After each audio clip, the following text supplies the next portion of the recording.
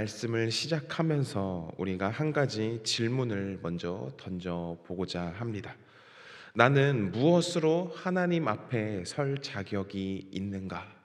라는 이 질문을 먼저 던져보고 오늘의 말씀을 시작해 보도록 하겠습니다.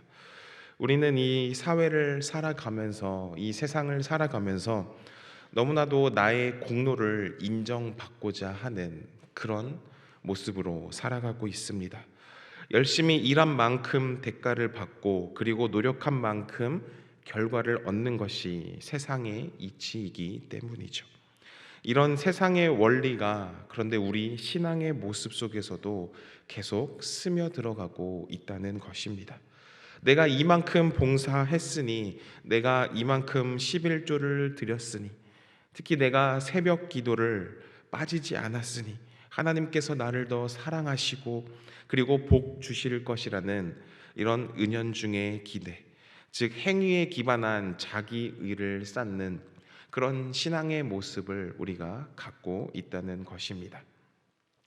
그런데 이 사도 바울은 로마서 1장부터 시작해서 3장을 걸쳐서 이 유대인이나 이방인 어느 구분 없이 전부 다 죄 아래에 있고, 그리고 율법의 행위로는 하나님 앞에서 의롭다 함을 얻을 육체가 단 한 사람도 없다, 이렇게 3장에서 선언합니다.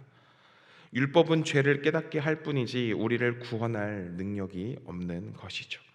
그렇다면 이 구원의 길이 무엇입니까? 어제 살펴봤었던 3장 21절에서 이제는 율법에 하나님의 한 의가 나타났다, 이렇게 바울은 선포합니다. 그것은 바로 예수 그리스도를 믿음으로 말미암아 모든 믿는 자에게 미치는 하나님의 의를 이야기하는 것이죠. 그런데 당시 유대인들에게 있어서 이런 사도 바울의 가르침은 굉장히 충격적인 가르침이었습니다. 그들은 자신들이 율법을 지키고 그리고 할례를 행하면서 무엇보다 행위의 조상으로 여겼던 이 아브라함 후손이기에 그로부터 구원을 받는다, 이렇게 믿고 있었기 때문입니다. 그래서 사도 바울은 오늘 로마서 4장에서 이 유대인들이 가장 존경했던 이 아브라함을 예로 들면서 설명을 하고 있는 것입니다. 그리고 이 아브라함이야말로 행위가 아니라 이 믿음으로 의롭다. 네, 죄송합니다. 목이. 네. 행위가 아닌 이 믿음으로 의롭다 하심을 받은 믿음의 조상임을 이 사도 바울은 이야기하는 것이죠.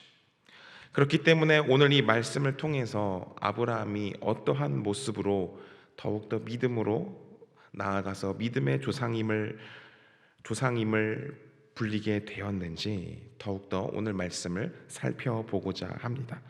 먼저 본문 1절부터 3절의 말씀을 살펴보겠습니다. 1절에서 3절 말씀을 한 절씩 번갈아 가면서 읽도록 하겠습니다. 제가 먼저 1절을 읽고 그리고 2절은 성도님들이 읽고 3절은 함께 읽겠습니다.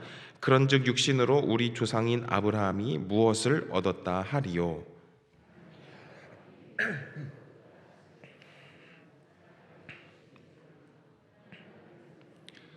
3절 같이 읽습니다. 성경이 무엇을 말하느냐? 아브라함이 하나님을 믿음에 그것이 그에게 의로 여겨진 바 되었느니라. 아멘. 바울은 이 육신으로, 즉 인간적인 노력이나 행위로 아브라함이 무엇을 얻었느냐, 이렇게 질문합니다. 만약 아브라함이 자신의 행위로 의롭다 함을 받았으면 분명 자랑할 것이 있었을 것입니다. 내가 이렇게 대단한 일을 했다, 내가 이 정도의 순종을 바쳤다, 이렇게 말할 수 있었겠죠. 근데 바울은 단호하게 이야기합니다. 하나님 앞에서는 없느니라, 이렇게 이야기를 하죠. 바울은 그 근거로 유대인들이 반박할 수 없는 이 창세기 15장 6절의 말씀을 인용합니다. 아브라함이 하나님을 믿음에 그것이 그에게 의로 여겨진 바 되었느니라. 아브라함이 본래부터 의로워서가 아닙니다. 그가 완벽한 행위를 보여서가 아니라는 것이죠. 아브라함이 단지 하나님을 믿고 순종했을 때 하나님께서 그 아브라함의 믿음을 보시고 하나님께서 의롭다 말씀해 주신 것입니다. 아브라함은 이 믿음으로써 의를 하나님께로부터 선물 받은 것이죠. 이 원리를 4절과 5절 말씀에서 세상의 임금과 하나님의 은혜를 비교하면서 바울은 설명합니다. 4절과 5절의 말씀을 제가 한 번 더 읽어보겠습니다.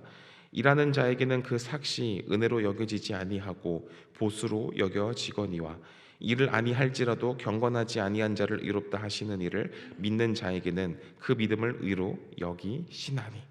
이 4절의 말씀은 세상의 원칙인 것입니다. 일한 자가 박는 이 삭은 보수이지 은혜가 아닌 것이죠. 사장에게 월급을 받고 사장님의 은혜에 감사합니다, 이렇게 큰절을 하는 사람은 아마 없을 것입니다. 그것은 당연한 대가를 받은 것이기 때문이죠. 만약 우리가 행위로 구원을 얻는다면 구원은 이 하나님의 은혜가 아니라 우리가 당연히 받아야 할 보수가 되어버리는 것입니다. 그러나 이 5절 말씀을 바라보면 하나님의 원칙, 이 복음이 제시되는데요. 하나님은 이를 아니할지라도 심지어 경건하지 아니한 자를 의롭다 하십니다. 어떻게 그럴 수가 있습니까? 그가 의롭다 하시는 일을 믿을 때인 것입니다. 우리는 전부 하나님 앞에 자격 미달입니다. 우리는 하나님 앞에서 경건하지 못하고 온전하지 못한 존재입니다.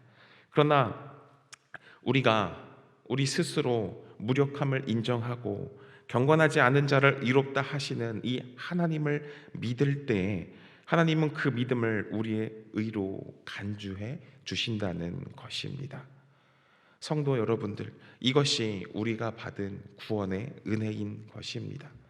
우리의 공로가 1%라도 섞여 있다면 그것은 은혜라고 말할 수 없는 것입니다.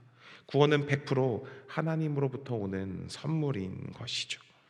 바울은 이어서 다윗의 이 시편을 인용해서 값없는 이 의가 얼마나 복된 것인가 계속해서 이야기합니다. 6절부터 8절의 말씀도 한번 살펴보겠습니다. 제가 읽도록 하겠습니다. 일한 것이 없이 하나님께 의로 여기심을 받는 사람의 복에 대하여 다윗이 말한 바, 불법이 사함을 받고 죄가 가리어짐을 받는 사람들은 복이 있고 주께서 그 죄를 인정하지 아니하실 사람은 복이 있도다 함과 같으니라. 아멘. 다윗이 말하는 복이 무엇입니까? 행위를 많이 해서 받는 복 아닙니다. 오히려 일한 것 없이 의롭다 함을 받는 복인 것이죠. 불법이 사함을 받고 죄가 가리어짐을 받는 복인 것입니다. 하나님께서 우리의 죄를 인정하지 아니하시는, 우리의 죄를 덮어주시는 그 복을 이야기하는 것입니다. 오늘 이 자리에서 함께 예배하는 우리 성도 여러분들, 오늘 하루 우리의 행위가 아닌 우리의 죄를 덮어주시고 그리고 우리를 의롭다 여겨주시는 이 놀라운 은혜의 복을 붙드시는 그런 성도 여러분들 되시기를 소망합니다. 바울은 계속해서 이어서 이 할례 문제를 또 다루면서 이야기합니다. 유대인들은 아브라함이 할례를 받았기 때문에 의로워졌고 그리고 따라서 할례를 받은 자신들만이 구원을 얻을 수 있다, 이렇게 생각을 했습니다. 바울은 이 주장을 반박하는 그 모습이 9절과 10절 말씀에 담겨져 있습니다. 9절과 10절 말씀을 우리가 한 목소리로 한번 읽어보도록 하겠습니다. 시작. 복이 할례자에게냐 혹은 무할례자에게도냐, 무릇 우리가 말하기를 아브라함에게는 그 믿음의 의로 여겨졌다 하노라. 그런즉 그것이 어떻게 여겨졌느냐, 할례시냐 무할례시냐, 할례시가 아니라 무할례시니라. 이 바울의 논증은 굉장히 명쾌합니다. 아브라함이 의롭다 인정받은 이 창세기 15장 6절 말씀의 시점과 그리고 할례를 받았던 이 창세기 17장의 시점, 이 사이에는 상당한 시간적인 간격이 있습니다. 하나님은 아브라함이 무할례자일 때, 즉 이방인과 다름이 없는 그런 상태일 때 하나님께서 이 아브라함의 믿음을 보시고 의롭다 선언하셨습니다. 그렇다면 이 할례는 왜 필요한 것인가요?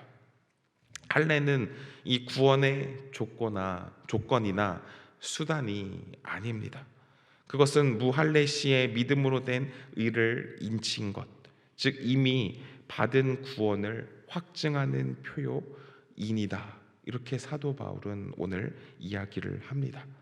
도장을 찍어야 계약이 성립되는 것이 아니라 이미 성립된 이 계약을 확인하기 위해서 도장을 찍는 것과 같은 것이다. 이렇게 설명할 수 있겠습니다. 결국 중요한 것은 할례라는 이 행위가 아니라 믿음이 더욱더 중요하다는 것을 사도 바울은 이야기하고 있는 것이죠. 그리고 또 계속해서 이어서 사도 바울은 이 율법의 문제를 다룹니다. 유대인들은 이 율법을 지킴으로써 아브라함의 이 약속을 이어받는다. 이렇게 이야기하고 있었습니다. 이 약속은 이 율법보다 수백 년 전에 아브라함에게 먼저 주어졌습니다. 만약 이 상속이 율법을 지켜야만 가능하다면 굉장히 심각한 문제가 생기게 되는데요.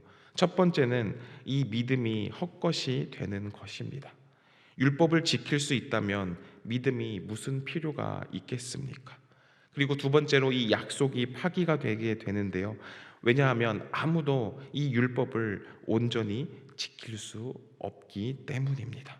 결국 아무도 이 약속을 받을 자격이 주어지지 않는 것이죠. 그런데 이 15절의 말씀을 보면 또 한 가지 더 충격적인 이야기를 바울은 합니다. 15절을 보면 율법은 진노를 이루게 한다. 이렇게 이야기하고 있습니다. 율법은 구원을 주는 것이 아니라 우리가 얼마나 심각한 죄인인지를 드러내서 하나님의 진노를 확증시킬 뿐입니다. 그렇다면 그 해결책이 무엇입니까? 바로 16절과 17절 말씀에 기록되어져 있습니다.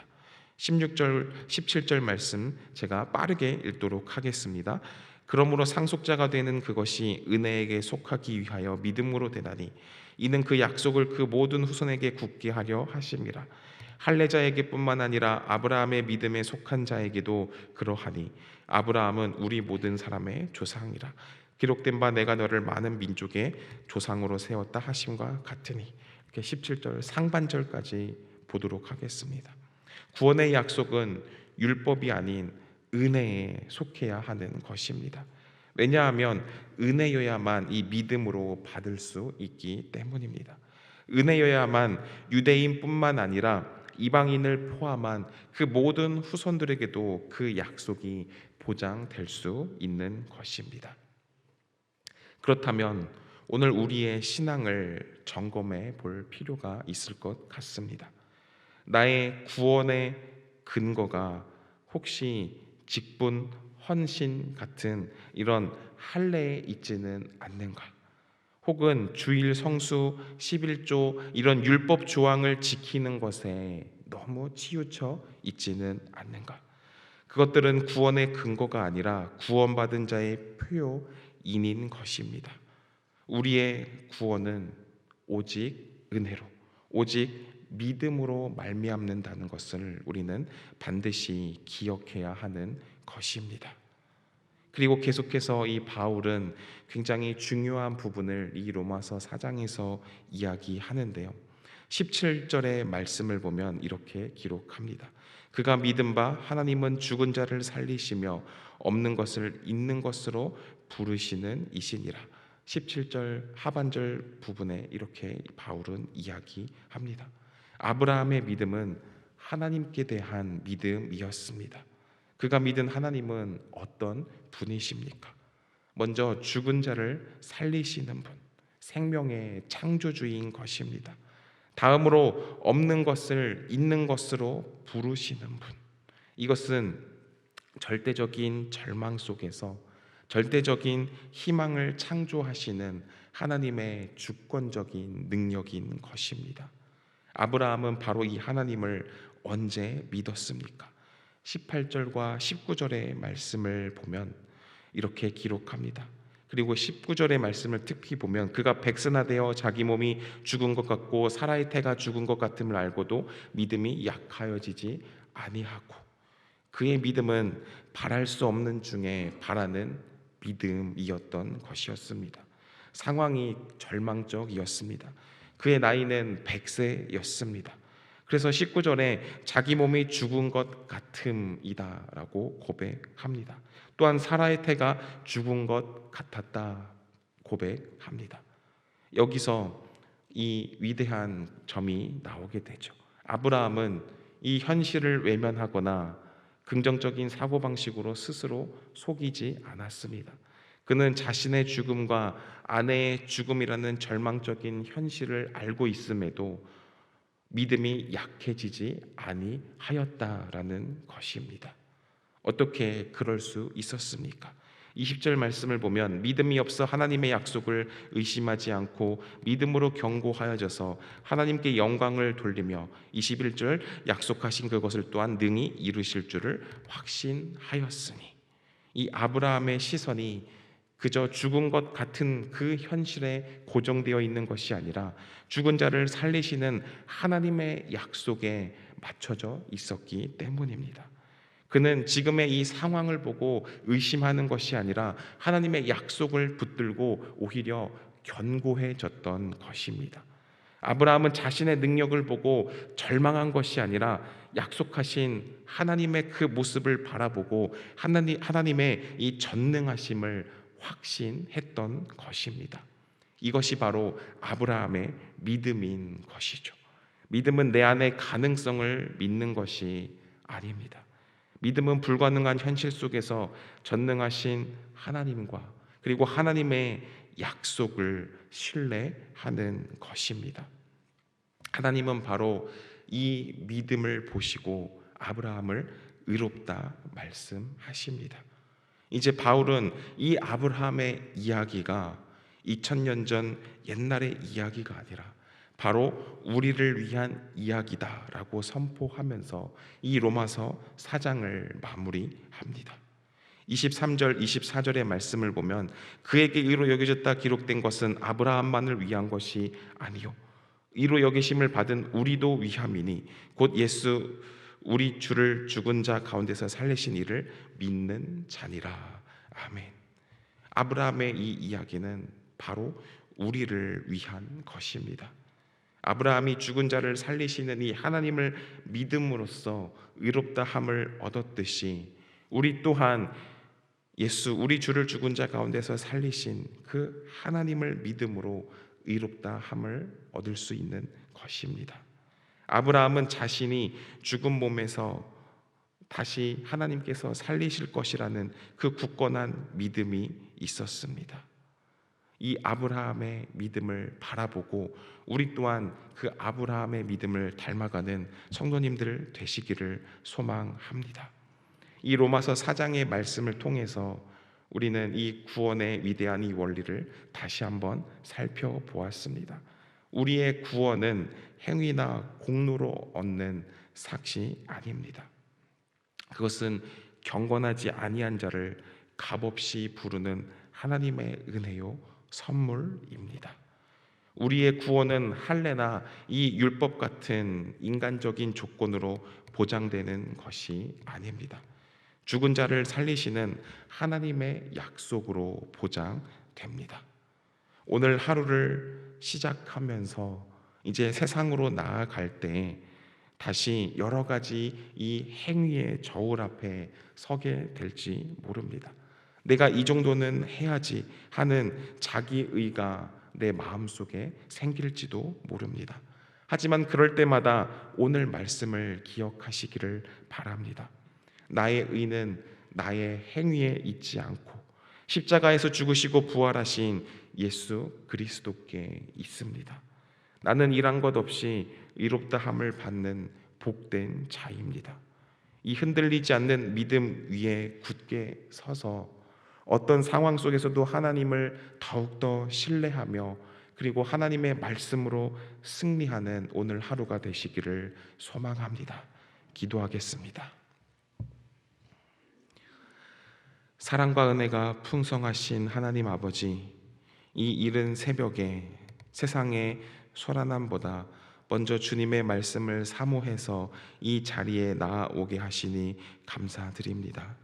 오늘 로마서 4장의 말씀을 통해 우리의 구원이 우리의 행위나 노력이 아니라 하나님을 믿는 그 믿음으로 말미암는 은혜의 선물임을 다시 한번 깨닫게 하시니 감사합니다.